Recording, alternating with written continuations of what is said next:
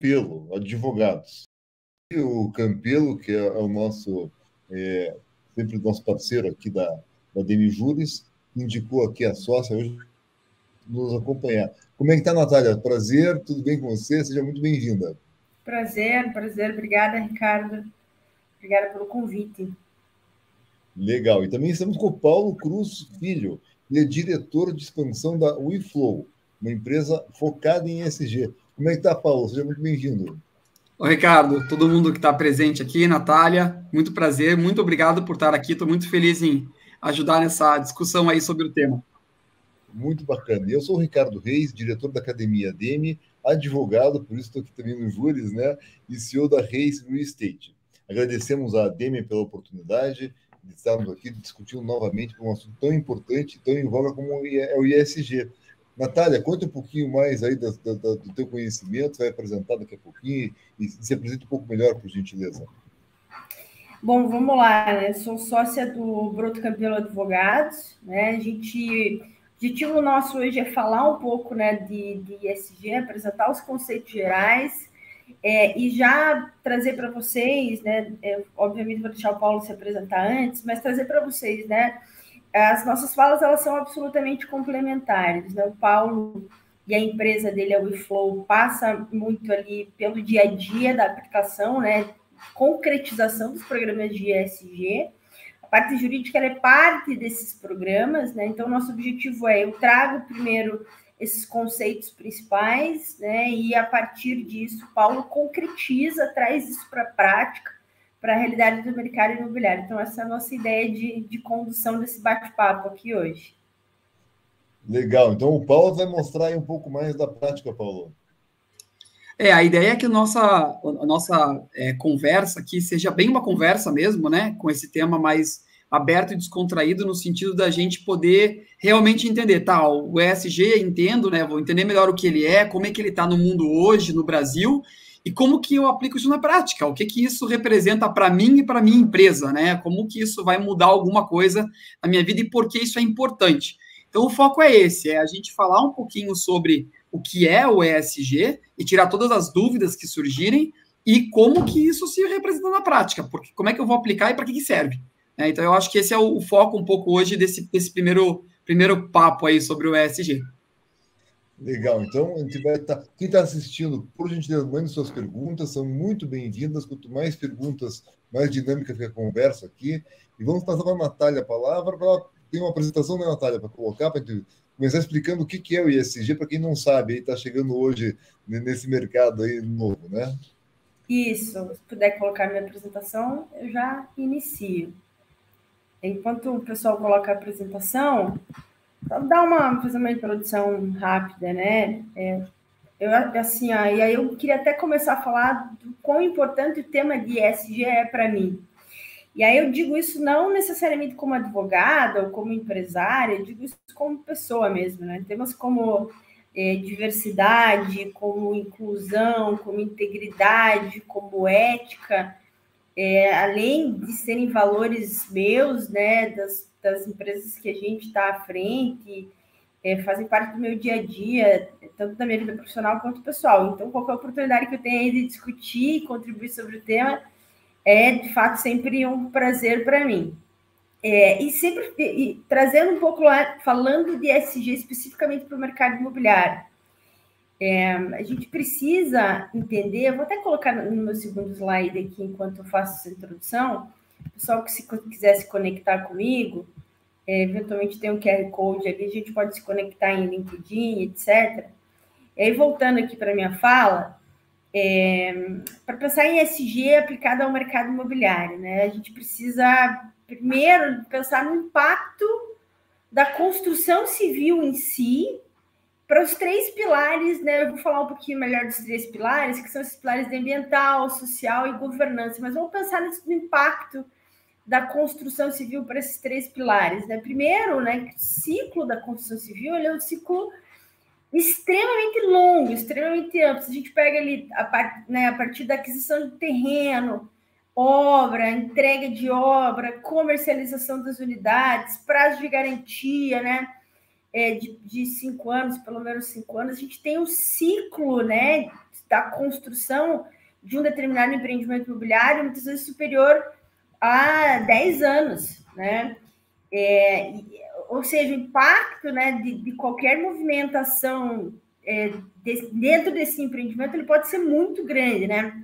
Produção de resíduos do empreendimento imobiliário pode ser gigantesca, o volume, o número de pessoas contratadas, de colaboradores também, são inúmeras as interações com órgãos públicos, com fornecedores, né, o que eventualmente pode privilegiar aí algumas interações como antiéticas ou de corrupção.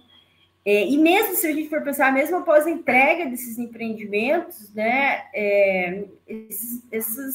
essas construções, enfim, esses empreendimentos impactam ainda por décadas e décadas na vida de seus moradores e também da vizinhança como um todo, né? Então, é um pouco desse cenário que a gente tem que entender para pensar o impacto, né, da construção civil nos âmbitos ambiental, social e de governança.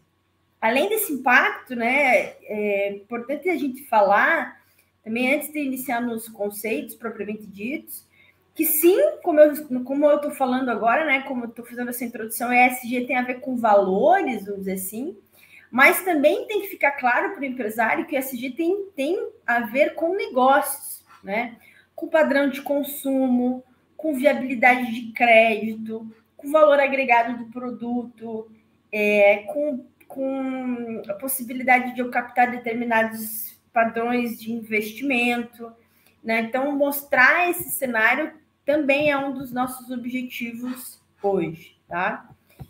Então, vamos lá, vamos começar, né? O que é, afinal de contas, é ESG? O que quer dizer essa sigla? Aí, para ser bastante objetiva, né? A gente vai falar de meio ambiente, né? Environmental, que é a parte de meio ambiente, a gente vai falar de social e a gente vai falar de governança corporativa, né? Todos esses temas têm a ver com o conceito de sustentabilidade, né? E é uma maneira de você conseguir, inclusive, avaliar a empresa, não só do ponto de vista financeiro, não estou olhando para a empresa só para entender se ela dá lucro ou não dá, qual o patrimônio líquido dela, quanto ela está entregando de VGV, não é só isso, né, que eu enxergo. Quando eu trato de ESG, não é só isso que eu enxergo, eu vou enxergar também, além dos impactos financeiros, eu vou tentar enxergar também os impactos sociais e ambientais. E aí tem, né, o tal do PPL, né, que são esses 3 pilares. Hoje em dia, a gente deve olhar para uma empresa pensando no impacto que ela tem sobre pessoas, planeta e lucro. Então, esse é um pouco, né, da abordagem que a gente quer ter sobre ESG. Eu não vou só enxergar quanto ela dá de lucro. Quero saber qual é o impacto que ela traz, se positivo ou se negativo.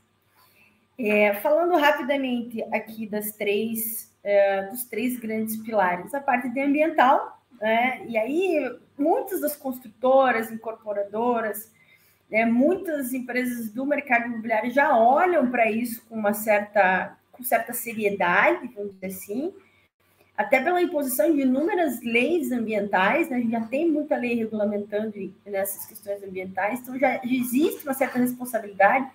Aí a gente está falando da questão de energias renováveis, efluentes, gestão de resíduos sólidos, enfim, né? Uma infinidade de questões ambientais que a gente tem que olhar.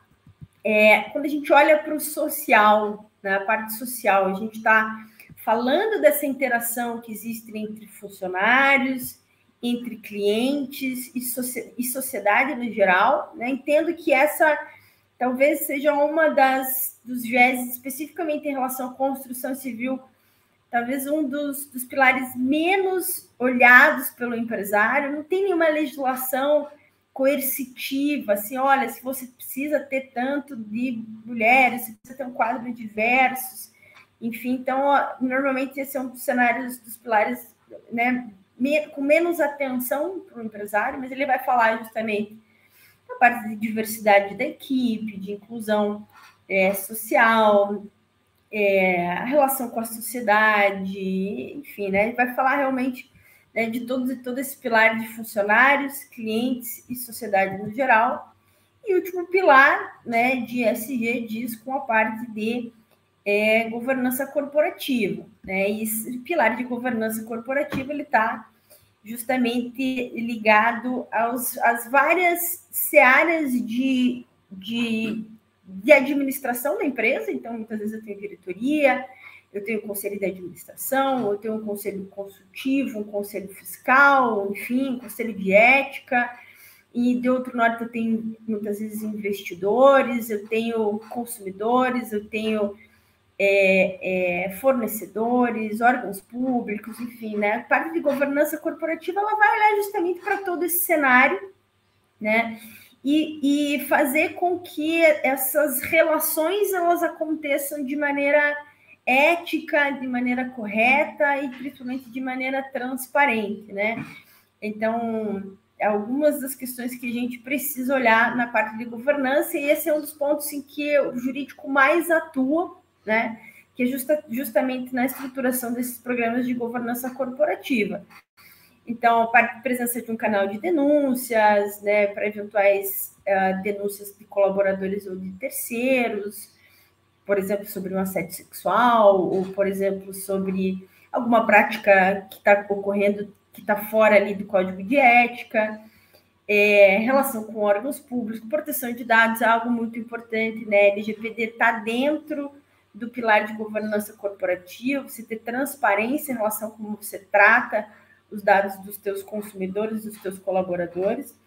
Basicamente, são esses, né, os pilares que a gente trata quando a gente fala de governança. Tudo bem, Natália, mas falou de um monte de, né, dos pilares. Por quê? Por que ESG? E aí eu quero sair um pouco do discurso dos valores, que para mim é muito importante, obviamente, mas eu queria tentar trazer um discurso bem prático e bem de negócios mesmo, né? Por que eu, incorporador, por que eu, né, sócio de uma construtora, preciso olhar para isso, além, obviamente, dos meus valores, que eu já possuo, enfim. E eu costumo dizer que são 3 ou talvez até 4 searas em que o ESG é importante. Primeiro, no que diz respeito ao impacto com os consumidores, né? Hoje em dia, não é só preço. Isso já tem inúmeras pesquisas que demonstram isso.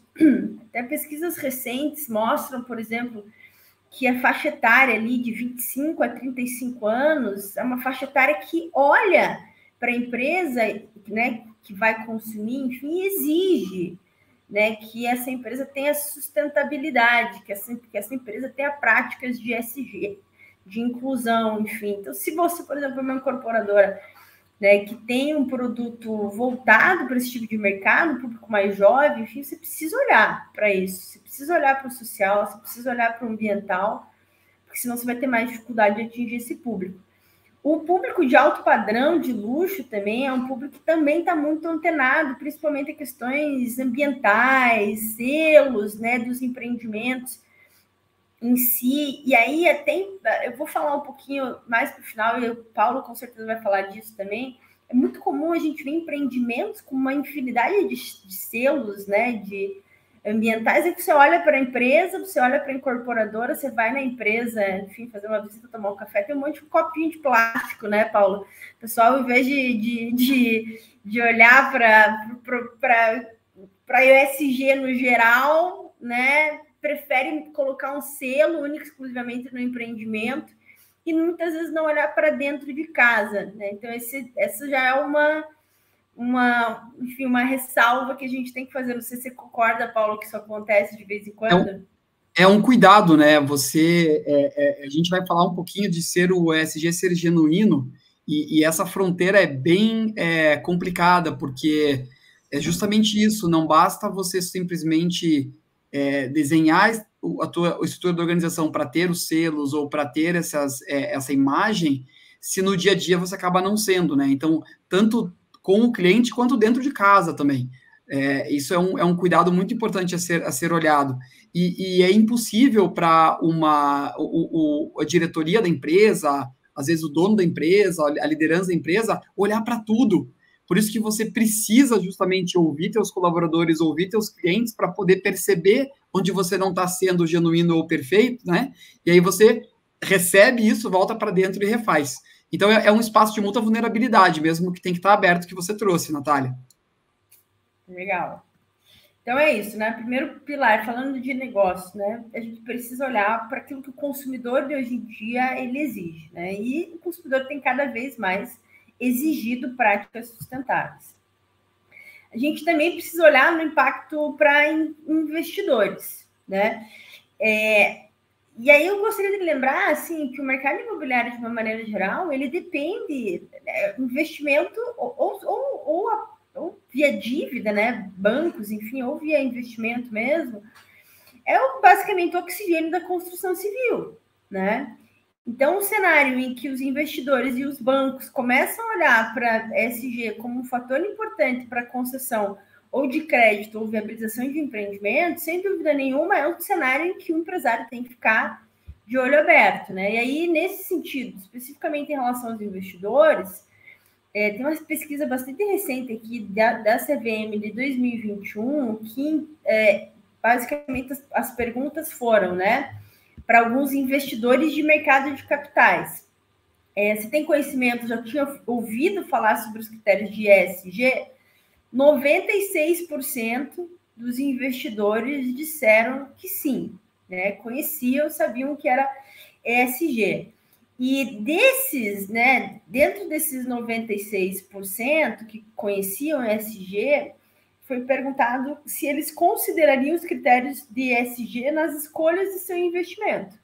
64% entenderam que sim, né? Ou seja, que olhariam para os pilares de o que essa empresa faz em termos ambientais, o que essa empresa faz em termos sociais, o que essa empresa tem em termos de governança corporativa, para fins de viabilizar ou não investimento. Então, esse é um critério bastante importante para o empresário ficar de olho. O mesmo, né, Paulo? Natália, só vou fazer um adendo, porque é o seguinte, essa questão gera muito questionamento, né? Mas então quer dizer que eu implementando um ESG, né, eu vou crescer meu negócio. Ele é mais uma variável, assim como é a qualidade, né? Você tem que ver como isso se integra com o teu negócio e o quanto realmente o teu público, o teu investidor, ele vai olhar para isso. Uma questão importante em relação aos investidores é que o ESG, ele pode ser tanto um qualificador como um ganhador de pedido. O que é isso? E essa lógica também se aplica aos clientes para qualquer outro elemento, tá? Mas se ele é um fator qualificador, significa que o investidor, na hora de escolher onde ele vai investir ou qual empresa ele vai fazer a parceria, ele vai querer ouvir se você, como você está no ESG. Você está considerando, isso está dentro, né? Então ele vai usar como qualificador. Ele vai escolher aquelas que ele julga ter um ESG ali presente e vai excluir aquelas que são iguais nos outros, né? Nas outras condições, mas que não tem o ESG. Como ganhador de pedido, que é para aos poucos para onde a gente está evoluindo, mas ainda não é a realidade, é que aí o teu investidor ele vai escolher você por causa do teu ESG. Olha, eu tenho várias opções, mas eu vou escolher eles porque o projeto que eles têm de trabalhar lá, por exemplo, a habitação das famílias dos trabalhadores da obra deles é incrível. Eu gostei disso. Então eu quero investir nisso para que isso também cresça, além do negócio, e eu tenho o meu investimento, o meu retorno. Então, esses dois elementos, como qualificador e ganhador de pedido, é hoje o que está na transição. Alguns investidores já têm isso como ganhador de pedido, mas é um processo. Então, não dá para garantir, mas sim, com certeza está presente. A gente viu 96% ali já olham para esses elementos. E eu acho assim, né? Além do qualificador e do ganhador de pedido, vamos dizer assim, tem a avaliação negativa. Porque, assim, a parte, o ESG hoje, na empresa tal, não olha, por exemplo, para o pilar ambiental, não olha para a privacidade e proteção de dados, não tem um programa de governança bem estruturado, de compliance, né, de anticorrupção, enfim, eu tenho um risco potencialmente gigantesco em determinados casos, né? Você tem um esquema, por exemplo, de corrupção, né? Ou, por exemplo, um vazamento gigantesco de dados. Muitas vezes o valor da empresa vai lá embaixo. Então, esses pilares de ESG, eles servem também como, se você não tem, talvez você não você nem entre nos players, você nem consiga estar nesse jogo por investidor ou por crédito, né? Cada vez mais esses pilares têm sido balizadores também de riscos. Aí, né, tem mais um impacto aqui, que é especificamente em relação aos colaboradores. De novo, eu vou trazer, né, a referência ali dessa faixa etária mais nova, de 20, 30 e poucos anos, que é cada vez mais engajada, né, com causas sociais, com causas ambientais, enfim, e que trabalha muitas vezes hoje não mais simplesmente pelo salário no final do mês, mas que sente a necessidade de um propósito, um engajamento, e a necessidade de ver a empresa em que ela trabalha atuando em projetos com esse tipo de valores. Então, de fato, uma empresa alinhada com propósitos, né, e com conceitos objetivos de ESG tem aí a possibilidade de fidelização, lealdade de funcionários, o que, obviamente, traz muito benefício para as empresas no geral, né? A gente sabe como o turnover pode eventualmente ser bastante maléfico para uma determinada organização.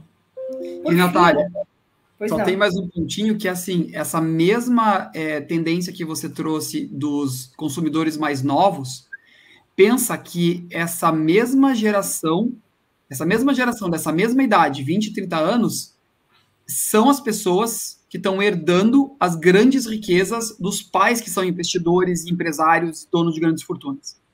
É por isso que a gente está vendo uma transição muito grande de mercado, porque essa nova geração não é só consumidor ou trabalhador, são investidores que estão pegando esse dinheiro e eles estão começando a tomar decisões de investimento.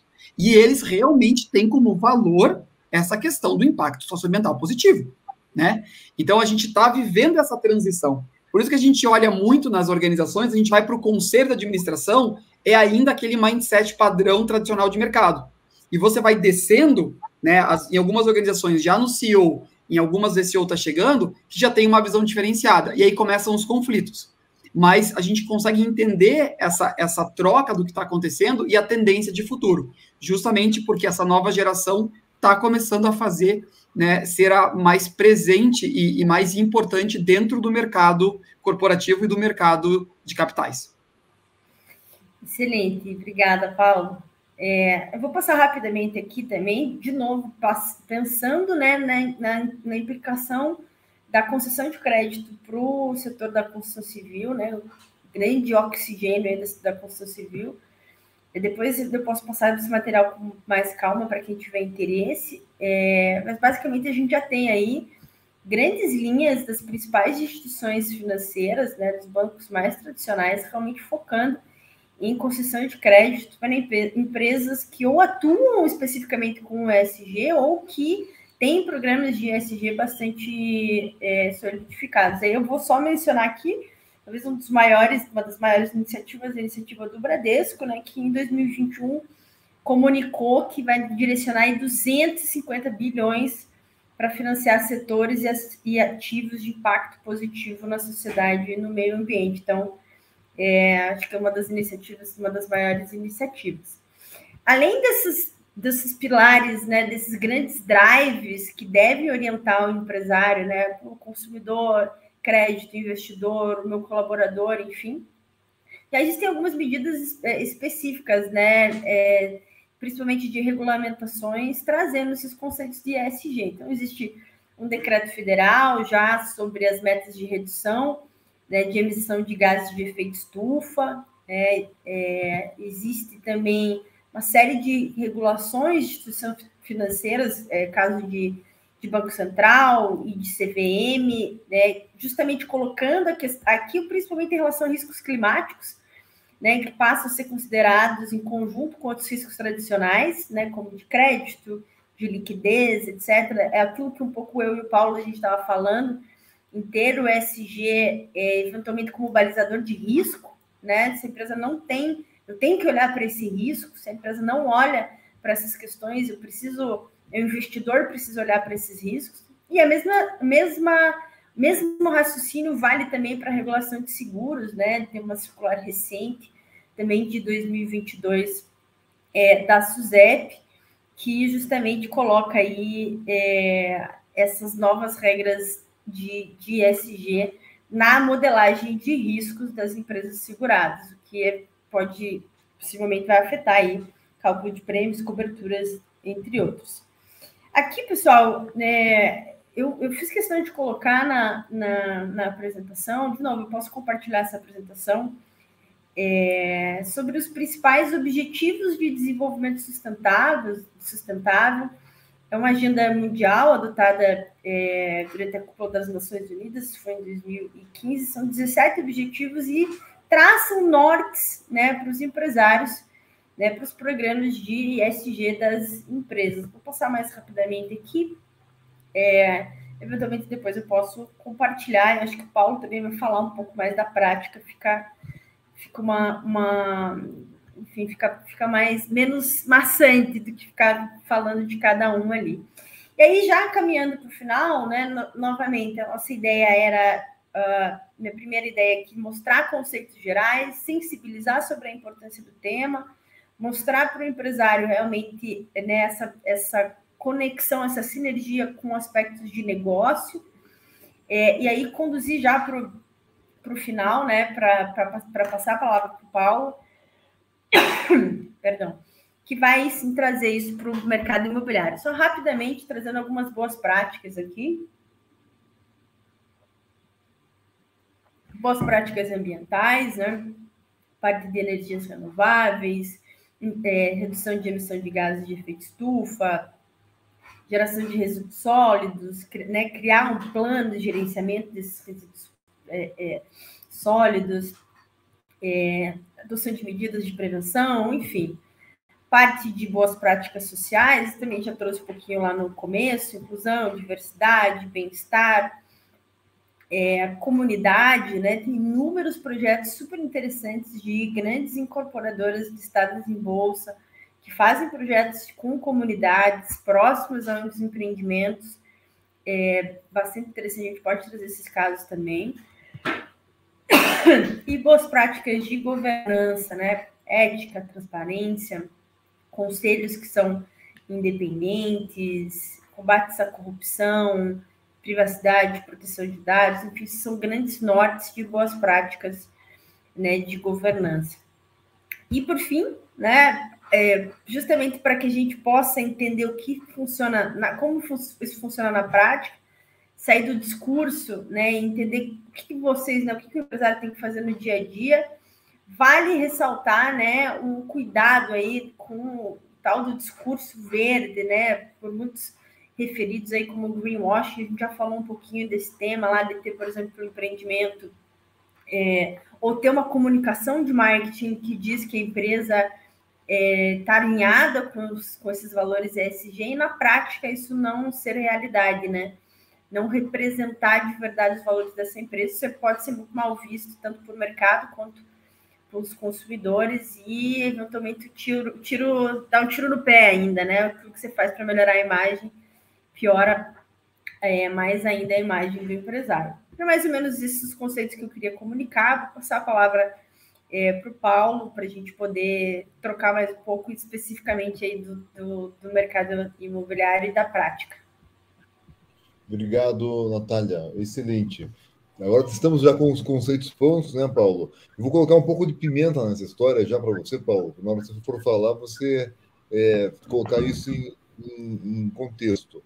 Veio para ficar o ESG, não é uma tendência de curto prazo, é de longo prazo, mas a gente viu com a Covid e com essa guerra, o estourar o preço da energia e esse discurso de energia limpa, bonitinho e tal, caiu em terra, porque hoje estão usando energia suja novamente, estão com alto custo, inflação veio comendo, então a realidade chegou ao mercado. Então, aquela tendência que tinha, começando no mercado de capitais, onde quem fornecia capital baixava o custo para quem era ESG, ou só dava dinheiro para quem é ESG, com essas novidades da guerra e da pandemia, deu uma estremecida um pouco na estrutura. Como é que você vê isso? Excelente provocação. Eu acho que é uma ótima pergunta para a gente já trazer um pouco desse aprofundamento que a gente vai fazer agora, porque é o seguinte, a gente consegue, então, graças a esse tópico que você provocou, entender o quão frágil e instável é a nossa relação com o nosso planeta, né? Então, a gente depende totalmente do nosso planeta para poder fazer o que a gente faz, dos recursos, para poder ter essa vida confortável que uma minoria da população mundial tem, mas, né, que muitos nós não estamos acostumados. Mas como essa relação é frágil quando a gente acaba entrando nessas questões mais complexas, vinculadas, né, à necessidade de poder e dominação e toda essa questão que envolve a guerra. Então, não que todo o avanço que a gente teve até agora, ele era um avanço por um caminho falso ou não possível. Não é isso. É porque a gente consegue avançar numa relação mais afinada com o nosso planeta se as nossas bases estiverem cobertas, ou seja, se as necessidades humanas estiverem completas, né? E aí a gente começa a entrar nessas questões da desigualdade social, das instabilidades políticas, da guerra de poder, né? Que realmente, se isso não estiver alinhado, você desmonta todo um salto evolutivo, né? Então é só a gente pensar na época da nossa pré-história, como a gente foi evoluindo até hoje, né? Então, guerras, disputas fizeram parte, só que a gente foi evoluindo. Só que às vezes tem os vales, e a gente está num vale agora com a guerra, né? A gente teve a pandemia também, no qual nos colocou numa interdependência global, todo mundo conseguia se contagiar e, ao mesmo tempo, atuando juntos, conseguíamos achar soluções para salvar mais vidas. Então, trouxe muitos benefícios no termos desse trabalho coletivo de coisas que surgiram da pandemia, mas também teve o lado negativo. Então, a gente está justamente nessa transição, como a gente estava falando anteriormente, dessa transição de geração numa organização, tá? A gente está num momento transitório, realmente, de várias questões dentro da economia mundial e do planeta.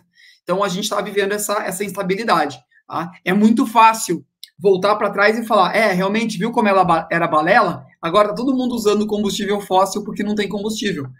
Claro, né, porque a rede é toda interligada. Se da onde a gente usava a maior parte dos recursos não vem mais, né, a nova tecnologia ainda não supre. Por quê? Porque a gente não colocou todos os esforços para lá ainda. Então, realmente, é uma questão transitória. Excelente pergunta. E eu acho que é legal agora a gente entender por que isso acontece, né? Então, se a gente for um pouco mais na profundidade, por que acontece essa instabilidade e por que a gente está nesse... Né, e que evolução que estamos falando, né? Como que uma organização começa a trabalhar com ESG ou como é que ela evolui no ESG? Essa é um pouquinho da ideia de discussão agora. Então, Ricardo, se não ficou claro, pode repetir mais pontos da pergunta. Um ponto bem importante para a gente trazer, né, e eu acho que traz muito da resposta no que você colocou de pergunta, assim, o ESG não é algo externo a qualquer pessoa, a qualquer empresário, ou cliente, ou fornecedor, né? Aqui eu botei umas perguntas provocadoras que trazem muito esse questionamento para dentro da gente, né? Então, a maior ameaça ao nosso planeta é acreditar que outra pessoa vai salvá-lo, né? Se você está na dúvida do que é certo e errado, pense no que gostariam que não fizessem contigo, ou com a sua família, ou com seus filhos, né? Toda vez que você usa o seu dinheiro, que você compra algo, você está dando um voto para o tipo de mundo que você quer viver. Então, se você compra o produto mais barato, né, porque você necessita, mas que tem um processo produtivo que não é um processo produtivo sustentável, enfim, você está dando um voto para esse tipo de produção. Mas é por sobrevivência. Perfeito. Você tem que fazer o que você precisa para sobreviver. Mas para quem tem condição, essa compra é um voto ainda mais poderoso, porque você tem a escolha. O que às vezes a gente não faz é gastar nosso tempo para verificar se nossa escolha é realmente a melhor escolha, em termos do que eu acredito para o planeta, né? A outra questão que a nossa mente é como um paraquedas, ela não funciona se não estiver aberta. Então, se eu estiver focado só na minha forma de ver, no meu estilo de vida, que é a minha realidade, eu não vou conseguir enxergar outras. Então, para a gente conseguir atingir um nível de ESG verdadeiramente genuíno, onde a presença da empresa vai ser olhada, e aquela presença, ela tem um impacto no seu entorno, nos seus fornecedores, nas famílias dos colaboradores, você vai ter que abrir a sua mente. Você vai ter que entender que não é só sobre você, ou sobre seu investidor, ou sobre o seu cliente. São muito mais pessoas envolvidas, né? Na presença de uma empresa no mercado, né? E não adianta a gente pensar em ter um mundo melhor se dentro da gente a gente não tentar ser melhor. Então, tudo acaba voltando para as pessoas que estão levando os processos, né? Então, essa é uma provocação. E essa provocação é um pouco do que foi essa minha trajetória, né? De olhar como que a gente, de dois temas que me apaixonam, além da família, né? Os dois pequenos ali, que me inspiram a tentar ser sempre melhor, mas esses dois grandes temas, que é como que uma empresa pode trazer impacto para dentro e estar alinhado com o seu negócio, de forma que o impacto positivo que ela gera e o negócio, o dinheiro entrando, sejam harmônicos e não tenha perdas em nenhum dos dois. Não é um trade-off. Eu vou aumentar meu impacto e reduzir meu lucro. Não. Você pode fazer os dois. E isso é o que me encanta. É isso que me intriga, né? Descobrir como cada empresa pode conseguir fazer esse equilíbrio, né? E é um equilíbrio que leva as duas para cima, né? Impacto e lucro. E, ao mesmo tempo, tudo depende de como a pessoa se sente. Então, não adianta eu criar um grande programa de ESG se o dono da empresa ou, né, os pais do dono que estão no conselho não compartilham dessa visão verdadeiramente. No final das contas, o que conta é se aumentou o lucro ou não, tá? Mesmo que isso mude ali 100, 200, 300 mil a mais para a família por mês, né? Chega nesse ponto. Então, primeira coisa é, o quão verdadeiro é isso dentro da autogestão? Porque senão, no final, o que vai voltar é o que você comentou. É guerra, precisamos de combustível. Dane-se, né? Desculpa o termo, a questão socioambiental. Então, isso acontece muito nas governanças das organizações. Então, por isso que essa segunda parte, que são pessoas e como elas pensam e como elas acreditam naquilo, o quanto faz sentido para elas e é genuíno e verdadeiro, né? Como que a gente quebra os mindsets de vício, é algo que me encanta também. Então, eu procuro unir esses dois campos, né? E a WeFlow, né? Essa empresa que eu co-criei com mulheres maravilhosas e um time incrível, é justamente essa intersecção. E aí a gente viu, como a Natália muito bem apresentou, que o campo do ESG hoje é imensamente vasto. A gente está falando de um mercado de bilhões de dólares, que logo, logo vai chegar aos trilhões, e que tem diversos movimentos e diversas formas de atuar, né? A gente tem as ODS, né, os Objetivos de Desenvolvimento Sustentável da ONU, a gente tem responsabilidade social corporativa, que foi lá no início, a gente tem valor compartilhado do Michael Porter, a gente tem setor 2,5, social business, a gente tem capitalismo consciente, investimento de impacto. Então, assim, são diversos movimentos, que cada um traz um aspecto complementar, mas eles são todos afunilados dentro do mesmo objetivo. Como é que eu integro negócio, lucro e impacto positivo? Ô, Paulo, Oi. O que é o setor 2,5? O que é o ODS? Não ajuda a gente, B Corporation? Então, ODS os Objetivos de Desenvolvimento Sustentável da ONU, né, que são aqueles, todo mundo acho que deve ter visto, aqueles 17 quadradinhos coloridos, né, que a gente coloca, e são 17 objetivos ao mundo atingir para alcançar um movimento mais sustentável em 2023. Então, trabalhando fome, trabalhando desigualdade, trabalhando vida marinha, vida terrestre, e cada empresa pode contribuir para alguns desses 17, tá? É um projeto da ONU. O setor 2,5 é aquele que se coloca entre o mercado, o segundo setor. O primeiro setor é governo, o segundo setor são as empresas, e o terceiro setor é sociedade civil, organizações sem fins lucrativos, etc. O 2,5 é um movimento que surgiu justamente dizendo que é possível usar a expertise e inteligência dos negócios com o propósito e intenção do terceiro setor para criar um negócio lucrativo que gera um impacto positivo. Ah, legal. E o B Corporations? Oi? E o B Corporations?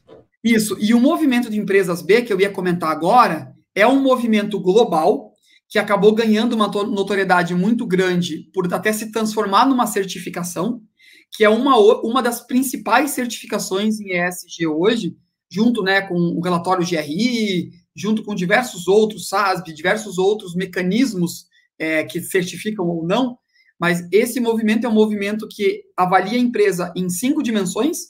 Então, é como se a gente quebrasse o ESG em 5, né? Então, G de governança, E de meio ambiente, e o social se divide em social interno, trabalhadores, social externo, então a minha cadeia de produção, meus fornecedores, a comunidade onde eu estou, a vizinhança, e social clientes também. Olhar para os meus clientes, como a Natália falou, e como é que eu estou próximo do meu consumidor nessa questão de impacto, ou como é que eu atendo pessoas que nunca iriam acessar o meu produto. Tá?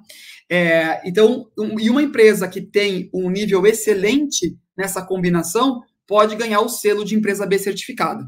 Mas o melhor de tudo é que esse movimento oferece uma plataforma digital 100% gratuita que qualquer empresa pode usar para preencher várias perguntas bem aprofundadas e ter um panorama do seu ESG já com uma pontuação e uma comparação de mercado gratuitamente.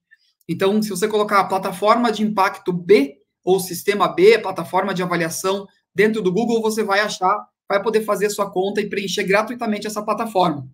Que tem uma segunda plataforma que avalia os 17 objetivos das ODS. Então, você também consegue medir o quanto sua empresa está contribuindo para cada um dos 17 objetivos de desenvolvimento sustentável de forma gratuita. Tá? Então, hoje não tem desculpa para dizer, eu não sei como colocar um ESG na minha empresa. Ferramenta gratuita tem, e de alto nível. Tá? Aí sim, se a empresa quiser ser B, ela pode ir lá pedir o selo e ela vai pagar anualmente pelo selo. Né? Então, a gente também ajuda nesse processo, caso alguém precise, mas ele é possível de fazer sozinho, porque foi justamente o objetivo do movimento, democratizar o ESG. E eu queria só trazer um ponto importante, essencial sobre o ESG, fazendo um resumo de tudo que a gente discutiu, que é o seguinte. Primeiro ponto, o ESG é hoje um novo mapa para esse território de unir negócio com impacto. Assim como existiu sustentabilidade, responsabilidade social corporativa e todos aqueles movimentos que eu mostrei para vocês, o ESG emerge, né, na pandemia como um termo muito vinculado ao mercado financeiro, como um mapa para eu poder ver esse território. E é um termo que caiu no agrado do executivo, né, do poder do mercado. Então ficou mais fácil de falar, né, sustentabilidade, impacto, reduzindo no ESG. Né? Então ele ao mesmo tempo ele é menor do que esse movimento, mas ao mesmo tempo ele é um sinônimo desse movimento grande. Né? Então ele é esse mapa de como que eu trago impacto para dentro do meu negócio. Né?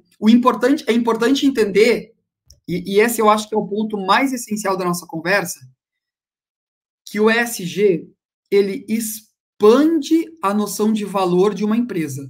Por isso que a Natália falou sobre investidores. Ela expande o que é o valor de uma empresa. Pensa o seguinte, faz um exercício. Pense numa pessoa que você gosta muito, que você ama, né, que é uma pessoa muito querida por você. E agora tente descrever essa pessoa para mim. Fale sobre essa pessoa mentalmente para mim, de como é essa pessoa que você gosta tanto, que você admira.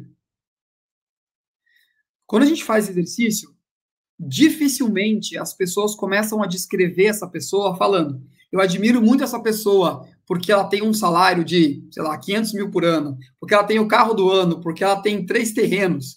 Na verdade, eu coloco outras questões que são importantes para mim, que são questões que me fazem admirar essa pessoa.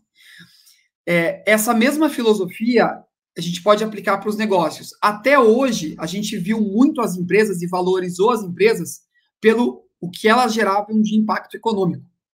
Só que não é só isso. O econômico é essencial, é crucial. Só que não é só impacto econômico que elas geram. Elas geram um impacto ambiental com sua presença, elas geram um impacto social.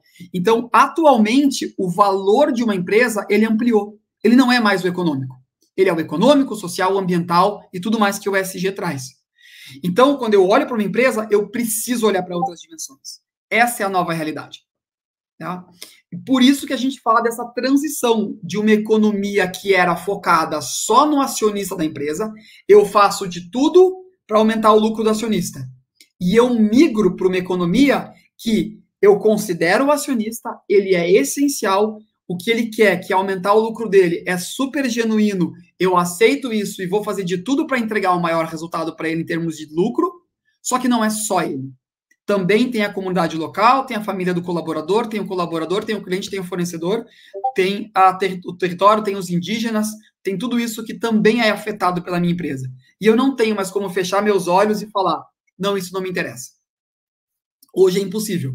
Portanto, o ESG ele não vem como uma moda, ele vem como uma expansão natural do mercado, né, do que é uma empresa, e que bate com o que é uma pessoa na sua casa também. Por exemplo, pensa qual é o seu impacto como pessoa. Quando você chega em casa, na média, pensa nas duas últimas semanas. Como você foi como presença para seus filhos e companheiro, companheira ou família? A sua presença foi mais benéfica? Trouxe alegria, trouxe bem-estar, trouxe compreensão? Ou foi mais frenética, né? Trouxe caos, trouxe correria, trouxe estresse? Como que você está sendo como presença na sua família e na sua vida? E também com seus colegas de trabalho? É a mesma reflexão sobre o ESG. Paulo, isso lembra um pouco... Posso interromper aqui, não? Claro. Isso lembra um pouco, até depois vamos entrar na prática. Quem está assistindo aqui, faça suas perguntas, né? A gente vai falar no final da parte prática, em especial para empresas do mercado imobiliário. Mas lembra um pouco da evolução na parte da economia, que tinha o Adam Smith que dizia que é o pai da economia, que se cada um pensar só em si, a economia como um todo vai ser o melhor possível, porque cada um pensando em si faz o melhor para si e, em decorrência disso, a economia cresce. E depois de centenas de anos, o Bob Nash, que é aquele do Mente Brilhante, aquele filme, veio com a teoria que não. O melhor não é cada um fazer o melhor para si. É o melhor para si e também o melhor para os outros. Essa é a solução, que bem encontra o que está dizendo agora exatamente do ESG, que aí você consegue realmente achar um equilíbrio, que é hoje o equilíbrio que está sendo buscado tanto na economia quanto na diplomacia no mundo todo, né? Nossa, você trouxe o ponto essencial agora. Segura esse teu comentário do Adam Smith e do Nash, porque eu vou voltar para ele em alguns segundos, tá? Porque isso é essa transição que você trouxe, Adam Smith lá em 1700, né? O Nash e o período que eles viveram representa justamente esse boom econômico e científico que a gente teve, né? Mas por que esse boom econômico e científico chegou num limite e aí o ESG apareceu? Né? É essencial compreender essa história, e eu já vou explicar ela para a gente, tá? Então, na verdade, gente, o mais importante aqui é que o ESG seja genuíno. Ele tem que ser verdadeiro. Ele tem que fazer sentido para quem está envolvido. Se você está fazendo para ganhar mercado, você pode conseguir? Pode. Mas, no final das contas, você não vai ter realmente os benefícios que o ESG gera, porque ele não está sendo verdadeiro ainda, né? Então, é todo um processo, é uma jornada, na verdade. E a gente está caminhando. E assim, gente, não é uma jornada nova. Eu estou nesse campo há 20 anos. A gente ganhou um salto evolutivo imenso com essa explosão do ESG. Tá? O mercado explodiu para isso. E isso é maravilhoso. Finalmente aconteceu. Eu achei que ia acontecer, ia levar mais 5 anos para acontecer, que não ia acontecer na pandemia. Mas aconteceu. Então, que bom. A gente está nessa evolução. Tá? É uma jornada. E aí, a gente tem que entender na prática para uma empresa, então, ok, como que esse ESG evolui? Tá? E aí eu vou voltar para essa tua pergunta. Então, assim, se a gente fizer um paralelo entre como a humanidade evoluiu desde a época da pré-história, né? Como uma empresa surge, como a gente nasce, no início, a gente é bem primário. A gente vai buscar o quê? Sobreviver, atingir nossos objetivos, né? Então, um ESG de nível inicial, que é o nível 0, é aquele, por exemplo, que o dono da empresa, ele gosta de, não sei, ele gosta do tema de meio ambiente, árvores, idosos, qualquer coisa. E ele vai lá, eu quero investir nesse hospital, eu quero investir nesse centro para idosos. É uma decisão unilateral. Não tem nada a ver com a empresa, não tem nada a ver com o negócio, ele quer ajudar. É a base da filantropia, que é essencial para resolver grande parte dos nossos problemas, da desigualdade social e econômica. Maravilhoso. Primeiro nível de ESG. Um segundo nível, então, para uma empresa, por exemplo, do ramo, é a pessoa decidindo onde investir. Eu trabalho com construção, eu trabalho com o mercado imobiliário, eu quero investir, por exemplo, em habitações populares, ou então eu quero investir, né, na ambientação aqui do bairro, enfim. No ESG 1.0, é quando eu já eu me alinho a regras institucionais ou do mercado ou da sociedade. Então, por exemplo, existem normas, leis e costumes que hoje estão em voga, que eu preciso me alinhar. Então, é meio que uma obrigação externa. Eu tenho que me adaptar ao externo. Eu faço o que é certo ou o que é errado, né? Eu tentando não fazer o que é errado. Lembrem do caso da Zara e da Nike, né? Que compravam produtos, por exemplo, da Ásia, vendendo por nota fiscal, tudo ético e legal, faziam um produto incrível, vendiam no mercado, geravam lucro, estava todo mundo feliz. Só que lá na Indonésia, por exemplo, o fornecedor usava mão de obra escrava. Só que não tinha nada a ver com isso, porque eu comprava legalmente com nota fiscal.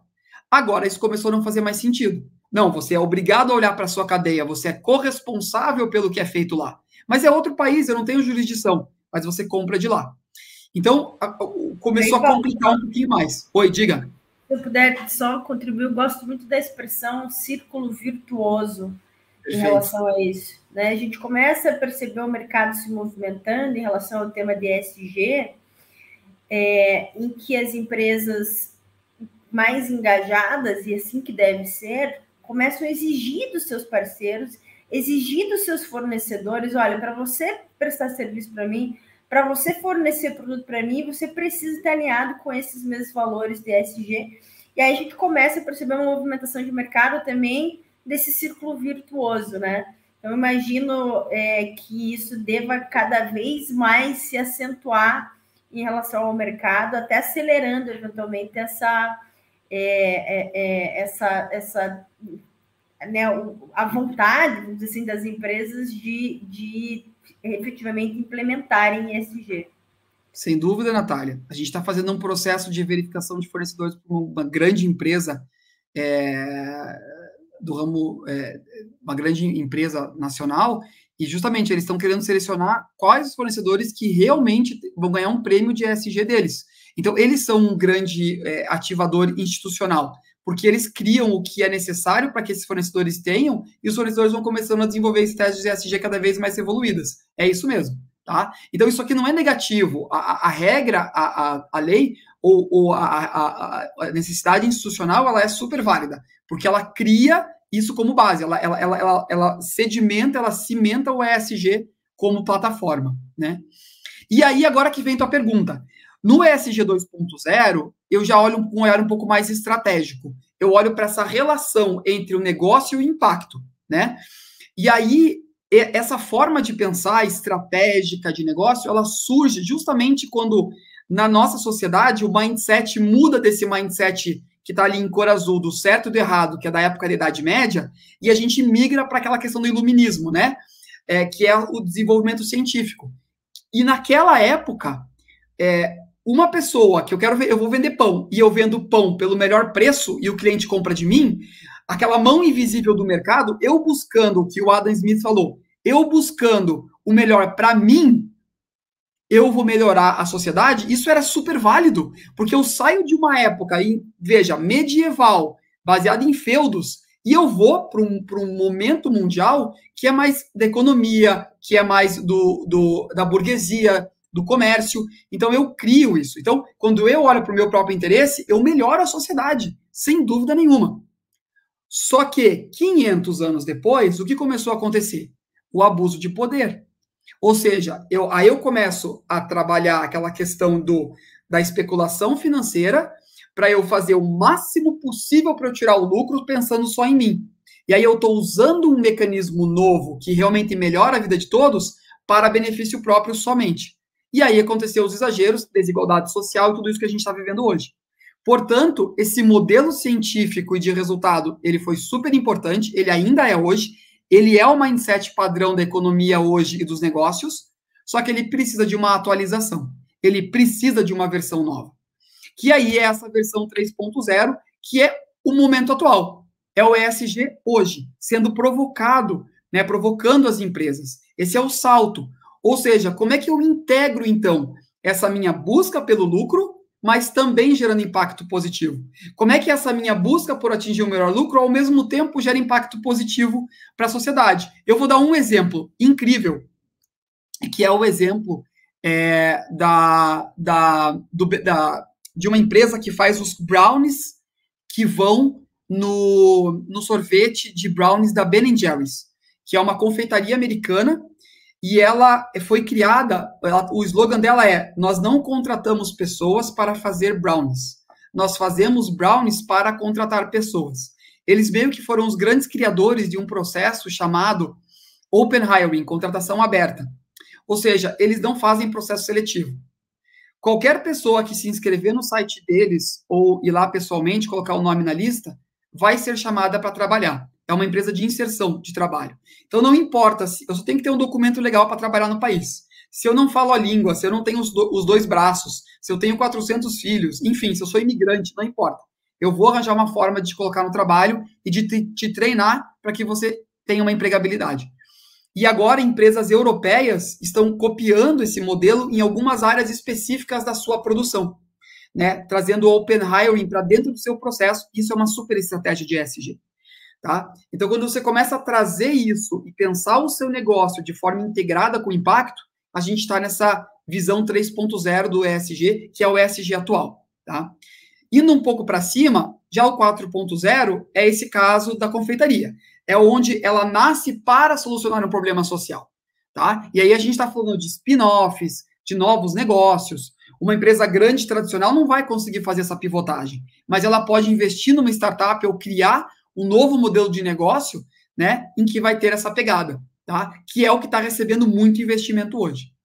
E para finalizar, para daí a gente partir para a nossa discussão, o 5.0 já é muito mais holístico, né? É quando uma empresa vai ser criada e vai pensar como eu contribuo com a minha presença para a evolução da humanidade. E aí eu passo dos aspectos de geração de produto, de lucro, eu vou para o espaço de o que o planeta, o que a humanidade precisa para evoluir.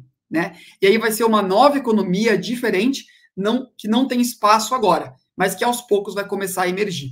Falando um pouco de futuro, né? Então, gente, eu queria só trazer essa visão para a gente entender que uma empresa do ramo, por exemplo, ela pode começar desde lá de baixo e evoluindo, né? E tem muito benchmark legal para a gente poder aplicar. Volto a palavra para vocês. Perfeito, Paulo. Paulo, nós estamos com o horário quase já cumprido, então eu queria passar a palavra para você ou para a Natália, para falar um pouco da parte prática. Podia passar para a Natália falar um pouquinho da parte prática para as empresas, vamos dizer, de mercado imobiliário, mais locais, aqui, tamanho médio, que é o nosso grande mercado, pequeno e médio, o que elas podem fazer ou estão fazendo, qual que é o caminho aí para tornar esse ESG na prática um valor para a empresa e para os seus sócios e os stakeholders. Acho que está mutado, Nath. Acho que tem que... Viu, Natália? Está mutado. Perdão. Tá. Acho que ele tem até mais conhecimento prático. E depois eu posso falar um pouco do meu conhecimento especificamente em relação às empresas grandes incorporadoras listadas em bolsa, enfim, que tem alguns projetos bem legais. Paulo, se você quiser começar. Claro. Então, assim... Tem duas questões importantes. A primeira é a intenção da alta direção. O que elas entendem que é impacto e o quanto elas estão querendo gerar, né? Porque tem a parte, primeiro, muito básica do ESG, que são questões muito simples. Dentro de governança, um código de ética. Dentro de trabalhadores, você dá treinamento para eles, segurança do trabalho. Então, é você alinhar todas as questões básicas, né? Escuta da comunidade. São questões bem básicas. É você olhar para a sua presença e falar, eu estou olhando... Estou fazendo tudo nessas 3 ou 5 dimensões do ESG. É um pacote básico. Tá? Esse é o primeiro alinhamento. Aí você começa a perguntar, bom, qual é o meu modelo de negócio, qual é o meu DNA, a minha essência, e como que eu posso usar o que eu já tenho para gerar um impacto um pouquinho maior. E aí eu começo justamente, por exemplo, tem uma empresa incrível chamada New Inc., é uma consultora lá de Goiás. Ela é uma empresa B certificada, e ela tem um modelo que, assim, o dono sempre quis criar casa própria para os funcionários. Não sabia como. No final das contas, o que acabou de se desenvolvendo? Ele tem um processo, e toda a obra dele, ele usa reutilização de todos os detritos, que são utilizados, por exemplo, para fazer tijolos ecológicos. Então, ele tem um mindset muito de não desperdício, inclusive de tempo. Então, é uma cultura da empresa que ele acabou desenvolvendo. Todo mundo contribui. O que é gerado de economia dessas ideias é duplicado no final do ano em termos financeiros. Eles pegam esses tijolos e eles dão casas para os funcionários. Mas quem que é escolhido? Quem que recebe a casa?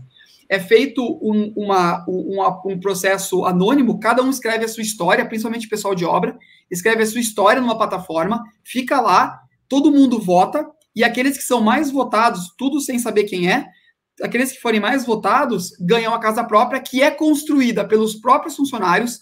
Quem coloca a mão na massa é o pessoal do administrativo, guiado pelo pessoal de obra, que daí é o supervisor do administrativo. Aí você trabalha team building, etc. Então, esse foi um formato criativo e muito baseado na vontade do dono para reduzir custo da empresa, gerar inovação e gerar impacto positivo e ampliar o negócio. Esse é um exemplo. História legal, Paulo, excelente.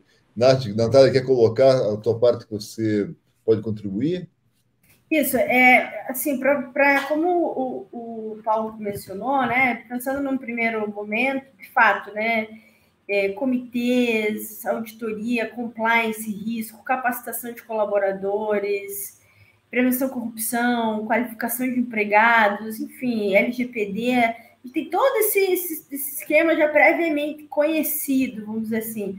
Eu acho que é legal até mencionar alguns casos concretos. A Yoshi tem alguns casos bem interessantes. Né? Ela tem, por exemplo, um projeto Criando Arte, acho que é isso, Criando Arte, é um projeto de oficinas de artesanato sustentáveis, direcionados a mulheres de baixa renda.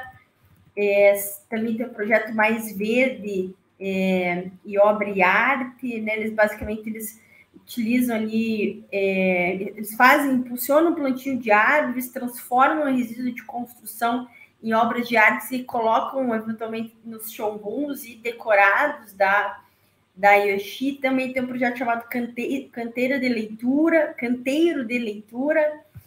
que os colaboradores têm acesso a livros, revistas, muitas vezes direcionados ali a realidade profissional deles. Enfim, tem uma infinidade de projetos bem legais da Yoshi. Projeto bem interessante da Embraer, também esse já bastante sofisticado. Ela fez um anúncio até recente, salvo engano, de compensação de 100% das suas emissões de gás carbônico, né, de CO2. A compensação é feita com, de novo, um processo bem sofisticado, mas a aquisição de créditos de carbono, né, no projeto florestal do Mato Grosso do Sul, salvo engano. Enfim, tem uma infinidade de projetos muito, muito bacanas. Até complementando aqui, Natália, né? A própria, por exemplo, a Laguna, consultora incorporadora também, esse ano eles implementaram todo um processo de neutralidade de carbono, né? Então, esse é um processo possível também e super válido, porque os projetos que estão relacionados a isso para a geração de carbono são incríveis, né? E tem a própria RAC também, a construtora, que ela tem o prédio, a sede dela é 99% sustentável. Eles reutilizam toda a água, colocam energia elétrica na rede de energia elétrica, eles só usam a água da Sanepar, né, para a torneira, só isso. Então, tem formas de você usar a tua expertise dentro do seu próprio negócio, que são muito legais também. Né? Então, a gente tem vários casos muito interessantes aqui no Paraná, e, enfim, na região sul e no Brasil inteiro. Perfeito. Pessoal, nosso horário está quase, já estourou, então eu queria passar a palavra para a Natália, ver se faltou alguma coisa para colocar e deixar a sua mensagem aí para os nossos ouvintes, por favor, nosso pessoal que está assistindo.